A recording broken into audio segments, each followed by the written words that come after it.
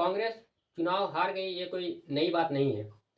कांग्रेस लगातार 10 सालों से चुनाव हारते आ रही है और तमाम स्टेटों में चुनाव हारती गई और लोकसभा चुनाव में भी कांग्रेस चुनाव हार चुकी है।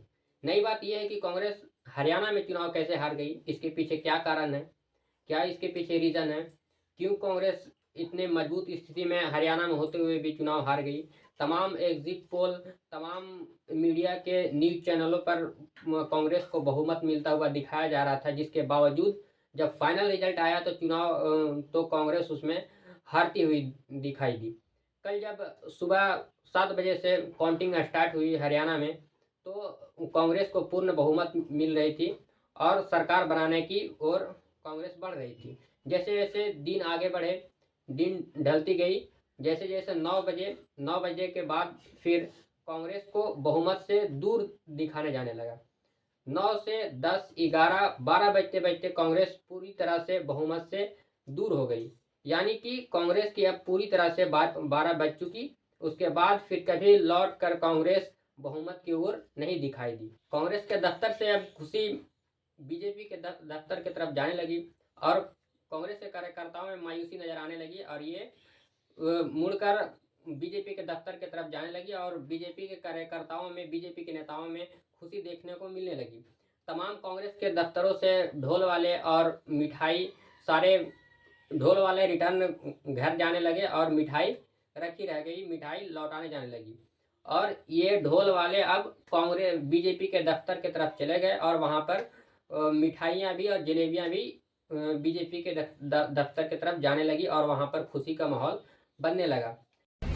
क्या हुआ, आप लोग जा रहे हो क्या? हाँ जी, जा रहे हैं। क्यों अभी नहीं रुकना? वो सीटें वीटें आई नहीं है तो हमारी पेमेंट कर दी उन्होंने। वो कह रहे हैं आप जाओ, हमें पिछली दफ़ा बुलाएंगे आपको अगली दफ़ा। अच्छा, क्या कह रहे हैं, जा रहे हो? हाँ जी, ओके ओके जी।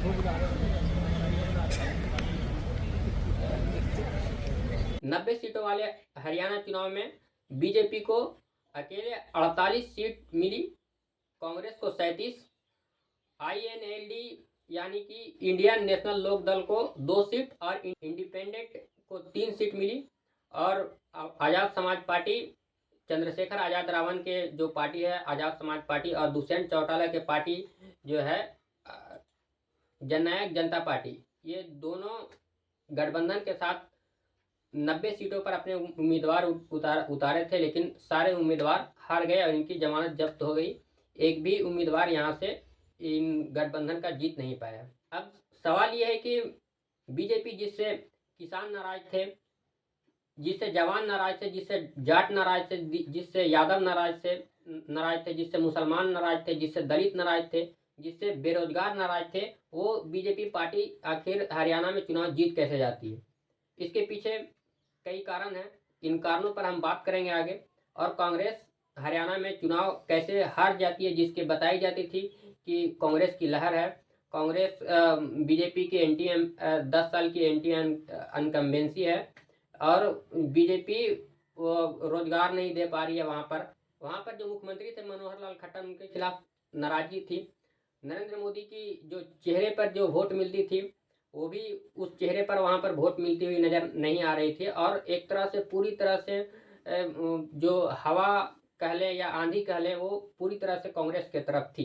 एक ऐसी पार्टी है जो नैरेटिव सेट करने के लिए जानी जाती है। बीजेपी ने जब देखा कि हमसे किसान नाराज हैं, जवान नाराज हैं, वहाँ के पहलवान नाराज हैं, वहाँ के मुसलमान दलित नाराज हैं, तो उन्होंने एक स्ट्रेटजी अपनाई और जिन नेताओं से नाराजगी थी उन नेताओं को साइड रखा। जैसे हरियाणा के पूर्व मुख्यमंत्री मनोहर लाल खट्टर से नाराजगी थी तो उन्हें पोस्टर बैलेट से हटा दिया गया, उन्हें चुनावी रैलियों से हटा दिया गया, उन्हें बहुत कम सभा करने के लिए बोला गया। और एक तरह से नरेंद्र मोदी के खिलाफ भी नाराजगी थी तो उन्होंने सिर्फ नरेंद्र मोदी से हरियाणा में 4 रैलियां करवाई गई और बाकी सारा काम बीजेपी के जो मशीनरी है, जो वहाँ के नेता है, उन्होंने मैनेज किया और पूरे अच्छे तरीके से मशीनरी के दम पर संगठन को मजबूत करके चुनाव लड़ा गया। यही वजह है कि बीजेपी को अच्छी बहुमत आई और बीजेपी सत्ता में हरियाणा में आ गई है। बीजेपी नैरेटिव सेट करने के साथ साथ उन्होंने माइक्रो मैनेजमेंट बहुत अच्छे से किया। और बूथ लेवल तक के, सरपंच लेवल तक के माइक्रो मैनेजमेंट किया, ताकि एक एक वोटर को अपने बीजेपी की तरफ लाया जाए। और बीजेपी के जो मुख्य एक संगठन है आरएसएस, और आरएसएस के जो बहुत सारे संगठन हैं, जैसे विश्व हिंदू परिषद है, बजरंग दल है, भारतीय किसान संघ है, अखिल भारतीय विद्यार्थी परिषद है, ये सारे माइक्रो मैनेजमेंट के हिस्सा थे। और ये सारे जाकर के बूथ लेवल पर इलेक्शन से, वोटिंग से 3 दिन पहले से काम पर लगे और पूरे अच्छे तरीके से वोट बूथ दर बूथ जाकर के वोटरों को बीजेपी की तरफ लामबंद किया। इसके लिए 4 लोगों को लगाया गया था, जिसमें से जो हरियाणा के प्रभारी थे विप्लव देव थे, सुरेंद्र नागर थे जो राज्यसभा सांसद है, धर्मेंद्र प्रधान है जो आरएसएस के बैकग्राउंड से आते हैं और केंद्र में मंत्री हैं, और एक सतीश पुनिया थे। ये 4 लोगों को पूरे हरियाणा को बांट दिया गया और अपने अपने क्षेत्र में इन सारे दलों के साथ काम करने के लिए लगाया गया। और यही माइक्रो मैनेजमेंट के वजह से बीजेपी हरियाणा में चुनाव जीत पाई है। वहीं कांग्रेस इस मैनेजमेंट पर और अपने संगठन को मजबूत तक नहीं कर पाई। कई जिला ऐसे हैं जहां तक कि जिला के अध्यक्ष तक नहीं है कांग्रेस के, और कांग्रेस में सिर्फ भीड़ है, कोई वर्कर नहीं है जो जाकर के बूथ लेवल पर जाकर के वोटरों को कांग्रेस की तरफ लामबंद कर सके और कांग्रेस के लिए वोट देने के लिए प्रेरित कर सके। यही वजह है कि कांग्रेस हरियाणा में इतने लहर होने के बावजूद, एंटी इनकम्बेंसी होने के बावजूद, इतने गुस्से होने के बावजूद वो भुना नहीं पाई और अपने तरफ वोटरों को लामबंद नहीं कर पाई। हरियाणा में कांग्रेस पूरी तरह से भूपेंद्र सिंह हुड्डा और दीपेंद्र हुड्डा और उसके परिवार के ऊपर पूरा कैंपेन छोड़ दिया गया। एक तरह से हरियाणा का पूरा मैनेजमेंट दीपेंद्र हुड्डा और भूपेंद्र हुड्डा के ऊपर छोड़ दिया गया। आंकड़े तो ये भी कहते हैं कि 80% तक के जो विधायकों को टिकट दिया गया वो भूपेंद्र हुड्डा के सलाह पर दिया गया, और बाकी जो कुमारी शैलजा हैं इनको थोड़ा साइडलाइन किया गया। साइडलाइन करने से जो दलित वोट बैंक है उस पर भी असर पड़ा, क्योंकि कुमारी शैलजा जो है वो हरियाणा में एक दलित की बहुत बड़ी चेहरा मानी जाती है, और जब कुमारी शैलजा को कांग्रेस की तरफ से साइडलाइन किया गया तो दलितों में एक मैसेज गया कि हमारी नेता को साइडलाइन किया गया है, इसलिए दलित वोट भी कांग्रेस को नहीं मिल पाए। सीट बंटवारे में भी कांग्रेस सही से उम्मीदवारों की स्क्रीनिंग नहीं कर पाए, और भूपेंद्र हुड्डा के सलाह पर 80% टिकट विधायकों को दे दिया गया। और जो दीपेंद्र हुड्डा और भूपेंद्र हुड्डा के जो करीबी माने जाते थे, जिन्हें लगता था कि कांग्रेस पार्टी छोड़ करके बीजेपी में जा सकते हैं, वैसे लोगों को टिकट दिया जाता रहा, और इसी तरह से टिकट सारा 90 सीटों का बांट दिया गया।